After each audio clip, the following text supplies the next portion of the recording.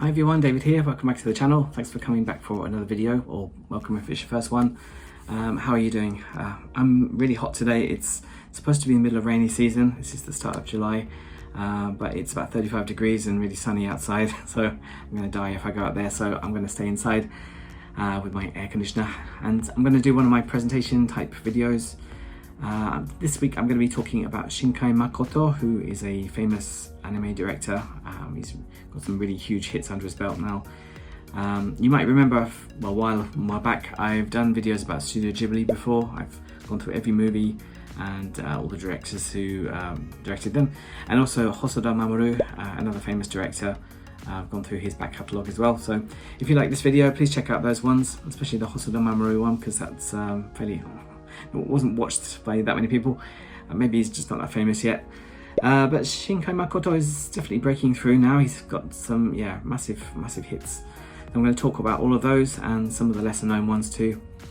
So I'm going to start. I'm going to do my presentation in a moment. I've got my notes ready. So please subscribe to this channel. That would help me a lot. I'm looking for 1,000 subscribers and I'm almost there. I need your help. Please like this video if you enjoy it. If you dislike it, I'm sure that counts towards the engagement, whatever, that's okay. And also leave a comment. Which movies have you seen from this catalogue? Which ones do you want to see? And do you have any questions about anything I talked about? And also please share this channel with any anime loving friends. I'm sure they'll enjoy this one. So yeah, please help me out. So let's get started with Mamoru Hosoda. No, I'm not. I'm going to talk about Shinkai Makoto today. Or Makoto Shinkai if you're in the West. Usually they say people's names, the family name goes first. So he was born in Nagano Prefecture, which is kind of in the central Japan, in 1973.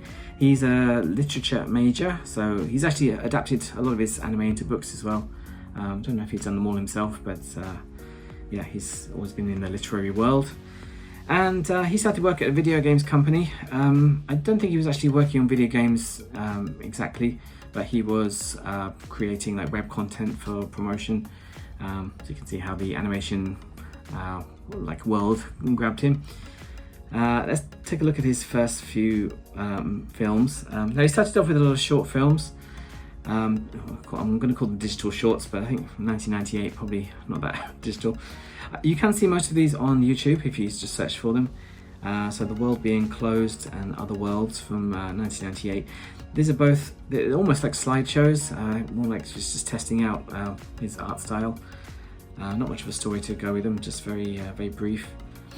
She and Her Cat is quite a cute one as well. Again, it's not very animated so much, it's more like kind of little vignettes. So you can see the story of a woman through the eyes of her cat.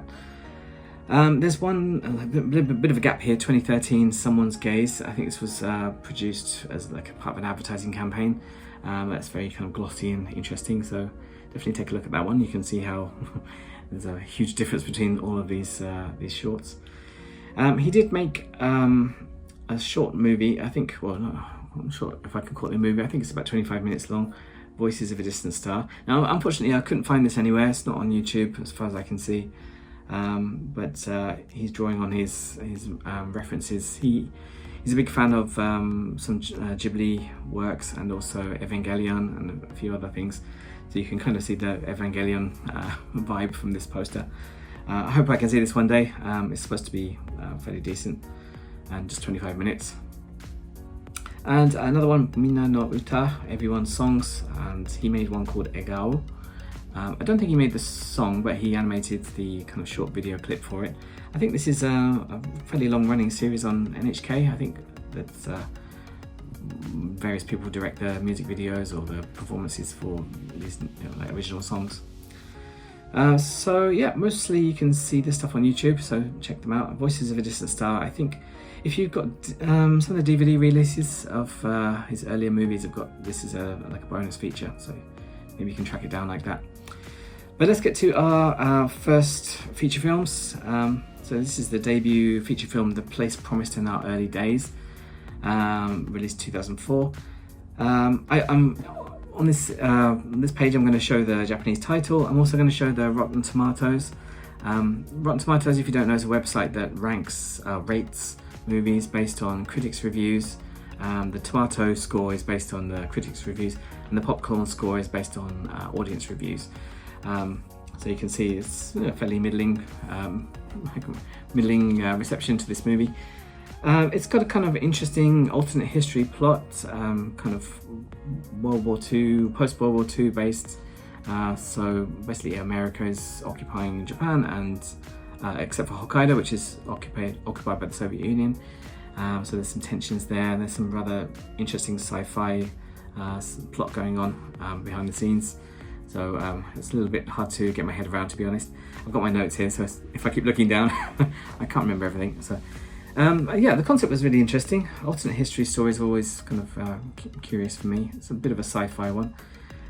It did kind of drift into like Evangelion, kind of pseudoscience nonsense, but whatever, that's what you get with anime sometimes. I thought they set up the characters quite nicely at the start, excuse me, because the main characters are all school friends. But after they kind of separate after the first act of the movie, then it kind of loses something of, don't really get to see a lot of the chemistry. And the ending was rather abrupt as well. I don't know, maybe I'm a bit basic. I like to have some kind of conclusion, some closure. We do get an ending, but most of it's played out in the ending credits, so you can just kind of see it all finish off. Yeah, I could have done with a little bit more closure at the end, but I don't know, maybe it wasn't needed this time. Some really strange voice acting as well. There's a lot of, because it's American occupied Japan, there's a lot of English voice acting, and it sounds a little bit strange. I don't know why they didn't get like normal voice actors for that part. But anyway, yeah, give it a try just for completion more than anything. You can see the animation is fairly simple as well, especially the faces. But yeah, still interesting. You can see some of the seeds of what's coming soon in this one. So let's move on to 5 centimeters per second from 2006.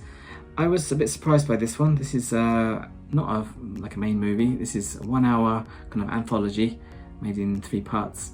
Although the protagonist is the same in all 3 parts, it's all based in the same story. This is where he got his kind of critical breakthrough in Japan. People started to notice, and I noticed this in some movie magazines at the time, so it's starting to get overseas attention as well. It was apparently praised by Trains magazine to be one of the top 50 train movies. So there we go, nice train scenes in there. Yeah, it was a bit of a surprise for it to be a short story, but it was really beautifully animated. You can see him leveling up already. The first part was probably the best one, and it didn't really live up to that by the end. I don't know what kind of conclusion we got at the end, but it was very kind of engrossing, so definitely check that out. I enjoyed that one. Let's move on to 2007, just a year later. We got The Children Who Chase Lost Voices. It's strange, all of these films have official English titles, but the Japanese one sometimes varies quite a lot. This one's called, in Japanese, The Children Who Chase Stars. So I don't know why they made that change. But anyway, this is his longest feature film so far, up to this point. I think this was about 2 hours long. And again, the building on the overseas attention from 5 centimeters per second. It was broadcast in the USA on Toonami. I think it's a now closed channel, or part of a channel or segment of that was showing anime. That was how a lot of Americans got introduced to anime. I believe we didn't have. I don't think we had that in England, or I didn't have it in. I didn't have satellite TV until much later, anyway. So yeah, so there we go. It got a fairly middling audience score there, 68%. I'd say, I don't want to say the word Ghibli too much, because you know I always feel like I'm comparing things, but this is probably the Ghibliest movie out of his whole repertoire. The characters, very sort of like young people. The fantasy world. This is a real hard fantasy world. They go into like this other world, which lives by different rules, and I don't know. I suppose it wasn't that Ghibli-esque because it was quite brutal. It was quite violent as well. Some very kind of shocking, violent scenes, and some quite scary. I don't want to say monsters, but scary creatures in the other world. The story was quite deep as well. It's all kind of mostly about grief and acceptance, and moving on from things and letting go. So I think that's quite a nice message to give out. yeah, again, I feel like this is an ongoing theme. I thought the ending was a little bit lacking. I feel like I could have done with maybe 5 minutes extra in the real world after the story's events had finished, just to kind of tie everything up, but I guess he doesn't really like those tied up endings at all. Yeah, maybe that's just me, but sometimes I know it's good sometimes to leave the ending as a exercise for the viewer to imagine what's going to happen, but I don't know, sometimes I wonder if they just don't know how to end it, so they just leave it open-ended. I don't know. Yeah, not bad. It's kind of engrossing couple of hours. It might not be like full power the whole way through, but yeah, worth taking a look. What do we got next? The Garden of Words. This is another fairly short one. I think it's only about 45 minutes long. 46, sorry, I haven't seen my presentation. And I've been talking to people about these movies, all this Shinkai Makoto movies, and I was surprised that this one keeps coming up in conversations. I'd never heard of it before, but it's got quite kind of a bit of acclaim, even against the big 3 films that are coming up next.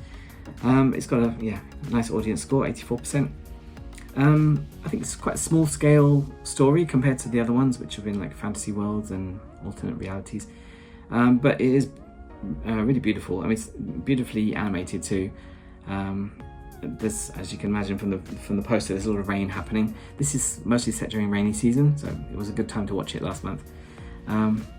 Yeah, really beautiful, really kind of engaging, and there was a kind of a twist halfway through, which I thought was interesting. Yeah, they carried that off well. These aren't spoilers really, but I will put a spoiler warning out here for the rest of the video, so if you really don't want to hear about them, then I don't know why you're watching me talk about them, but please watch the films before you get spoiled. I'm not going to talk about specific contents really, but the ending as well, kind of, well, we had an ending, but it was a bit out of nowhere. It got very dramatic very suddenly. Although, to be honest, I could have done with a bit more of the ending as well. There's a lot of loose threads here, just to see how these characters carried on in the future. I'm not sure, but yeah, very kind of immersive, I'd say, that film. So definitely check out The Garden of Words. I think it might be viewable on Netflix at the moment too, depending on where you are. Now let's move on to the big ones. Your Name, or Kimi no Na wa. Again, this is a pretty famous one now.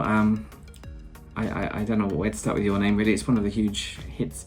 This is his first real smash hit. It's won countless awards. At one time it was the 2nd highest grossing movie in Japan. Since then I think it's the 3rd or 4th. I think it did overtake Spirited Away at one point, I think, as well, but Spirited Away kind of overtook it again. Hit across Asia as well, so even other Asian countries it was a massive smash. And this was kind of the breakthrough moment overseas too. It's had showings in other countries, and it's got a lot more attention than the other films. So massive scores as well. It's a huge box office gross. It's like $1/3 billion there. You can see almost perfect critical acclaim. So yeah, I love this movie. It's a really good one. The one thing that really, well, I suppose The Garden of Words kind of started there, but the detailed animation is really amazing. Even like the heat shimmer off the ground, you can see that in there. I mean, I guess that's probably some digital effects put in, but I don't know, it all kind of goes together. I don't feel like I'm watching a lot of CGI like you can do sometimes when there's a mix. I thought the plot was fairly easy to follow, which is good considering it's a fairly fantasy concept, and another nice twist, well carried off. I remember the first time I watched it, I was really surprised at the direction the film was going. The soundtrack, I've got to mention the soundtrack. I love the soundtrack. I've been using it as a not study aid, but when I was studying, because a lot of the soundtrack is instrumental, so it's something I can put on while I'm studying. So I've got some deep memories of studying Japanese in Starbucks listening to this. So the soundtrack is written by Rad Wimps and performed by them too. So they will be doing a lot of the soundtrack stuff for Shinkai Makoto from now on. They're a fairly established Japanese rock band before that, but I don't think they were really known for like instrumental scores, things like that. So they've really, it's kind of a nice match made in heaven there. I did actually visit one of the places in the in the film, which is Hida Takeyama area. I completely, this passed me by the last time I watched it, but they do actually mention it directly in the film. So the actual country town they're talking about is not, I don't think that's a real town, but when they go into the country and research stuff, then that's Hida Takeyama. I've actually been to that library in the film, so you can definitely check out these real places. Yeah, main characters are all really good. The supporting cast very good as well. I don't think there's any kind of missed beats there.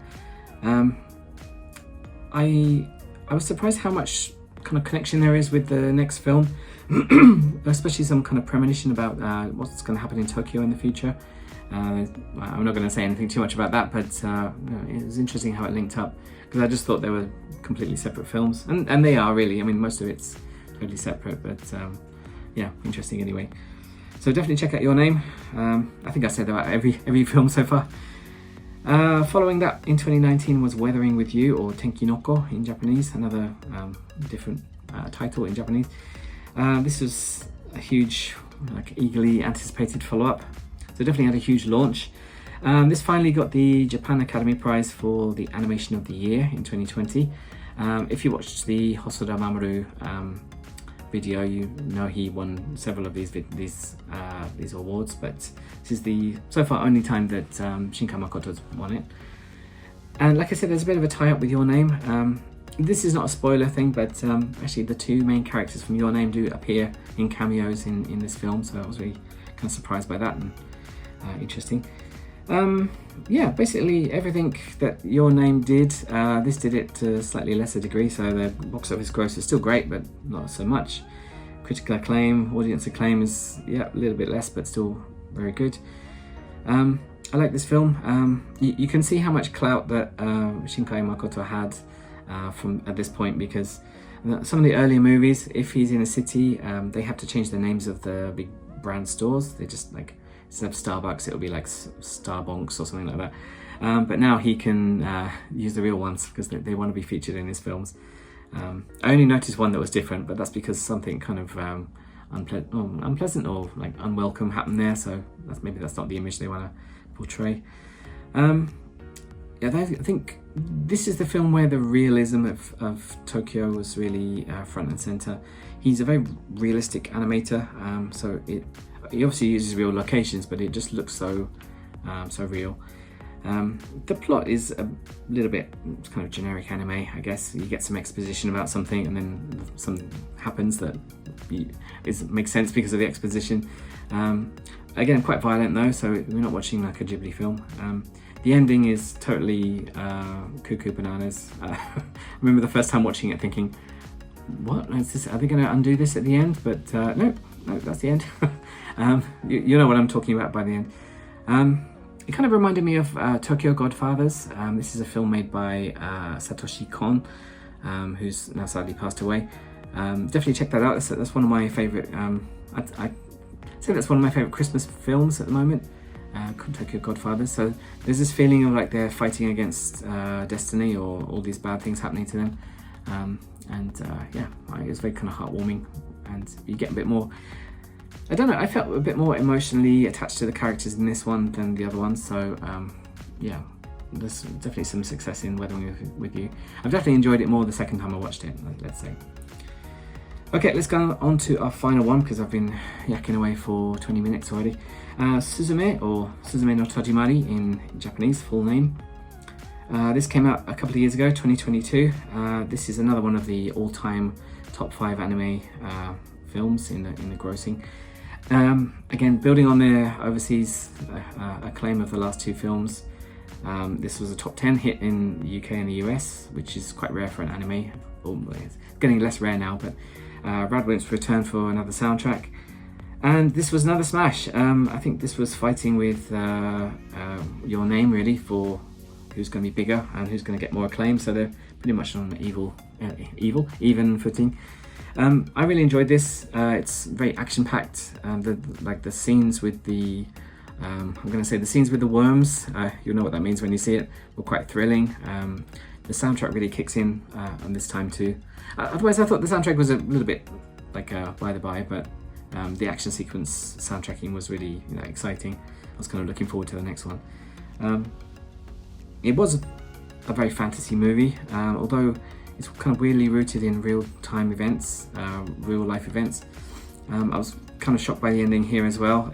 They took a big swing, which could have easily kind of been a bit of a swing and a miss, but yeah, I don't know. I think kind of confronting things that happen in the real world and how to kind of move on and let go of them and or find peace with them, then I thought that was an interesting story. Yeah, can't say too much about that without really going for it. I felt like a nice tour of Japan as well. He's been kind of fairly centered around Tokyo for most of his films. So we got a bit of a tour. We saw Kobe, we saw Miyazaki, I think somewhere in Kyushu, and a bit of Shikoku as well. So we got all the way around. Got the Shinkansen in there too. And it didn't feel like it was a retread of his earlier things, although I don't know, retread sounds too negative, but it felt like it's kind of crystallizing all the things that he's put in his films up to now. So that was kind of interesting. Yeah, definitely really enjoyed that one. It didn't really have the hyper realism of Weathering with You did with the animation, but yeah, still very interesting. I guess he's going for more of a fantasy look to it, I suppose. But yeah, I really loved Suzume. So definitely check that one out. I wonder what his next one's going to be really, because I feel like we're kind of hovering around similar themes. I'm going to talk about that in a moment. I'll talk about that now, shall I?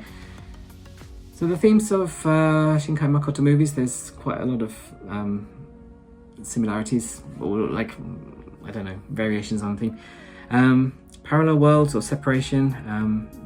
Sometimes they're actually literally in another world. Sometimes they're separated by, like, in a dream world. Sometimes it's another dimension. Sometimes they're separated by time, or some kind of fantasy, superstition, science, something like that. So that seems to be a core thing that he likes to explore. Weather and lights. Maybe this is more of an animation thing, but weather always seems to figure quite intensely into the plot. Of course, Weathering with You is the big example of that. The Garden of Words obviously has the rainy season motif all the way through it. And what can I say? Yeah. Oh, I don't know, Suzume. I suppose when we reach that climax in Suzume, each time we get like a sudden rain shower too. So it's like a feeling of like release or something. I don't know. Very beautifully animated anyway. And natural disasters or supernatural disasters, depending on the movie. Some of them are created by science fiction means. Sometimes they are like divine retaliation. Sometimes they're caused by worms, giant worms that nobody can see.